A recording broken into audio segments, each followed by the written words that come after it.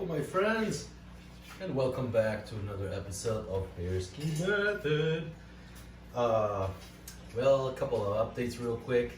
I really wanted to thank a few, actually one, a new patron who's joined, to join us to help us out with our endeavors, with being able to, contribute financially every month in order to, for us to move forward.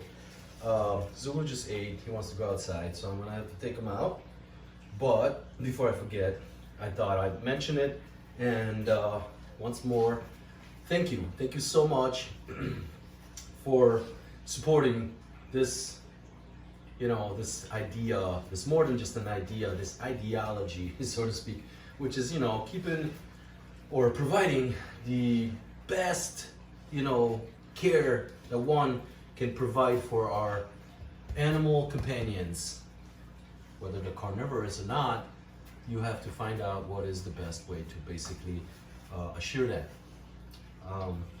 Like I said, I thank you for being here, for participating, and now obviously believing in the cause. So I'll just keep on going, doing more of what we're doing here, and hopefully be able to share with you as our adventures built up, and we're doing more bigger, better things. We should be able to show it to you, or at least bring it to you in a better quality, with a little bit more intent. As you have noticed, our channel has grown substantially in just 1 year. Hang on. Substantially. In just 1 year, we were able to reach 36,000 subscribers now, and over 6.5 million views, which is, huge, insane, astronomical, for any average YouTuber like myself, who just got in here, kind of on a hobby sort of like level. Now I'm able to really justify some of the effort or energy that I put into it a bit more, obviously, than what we were doing up to this point, since one thing, getting monetized, or the recognition from the viewers that, maybe in fact my material, my content is good enough for the upper leagues or upper echelons, as I hear. Anyway, yeah, I'm about to break this tripod. I might have mentioned it before, this tripod's giving me trouble, but anyway, updates and upgrades coming up. Hopefully and soon we'll be able to build or implement this new habitat, 600 gallon tank that will host all these piranha packs all together soon. Meanwhile, may begin the construction on the background. It's a lot of work, and obviously it has to be done in sections, because as you can see, that area is about 8 feet, 9 feet. So I'm hoping for an 8-foot tank, 3 feet height or so, and a 3 foot of depth, ideally. And that will be, a substantial size of a background. I wanted to take my time and do it right. Obviously, there's no need to rush, because once it's in place, you really don't want to be taking it out. Anyway, if you're interested in how to build 3D DIY backgrounds, as I have before, I've built 3. One I had to throw it away with the tank, or actually sold it with the tank. And I built one custom one for a customer, viewer, that reached out and asked me if I could, build one for him. I did so.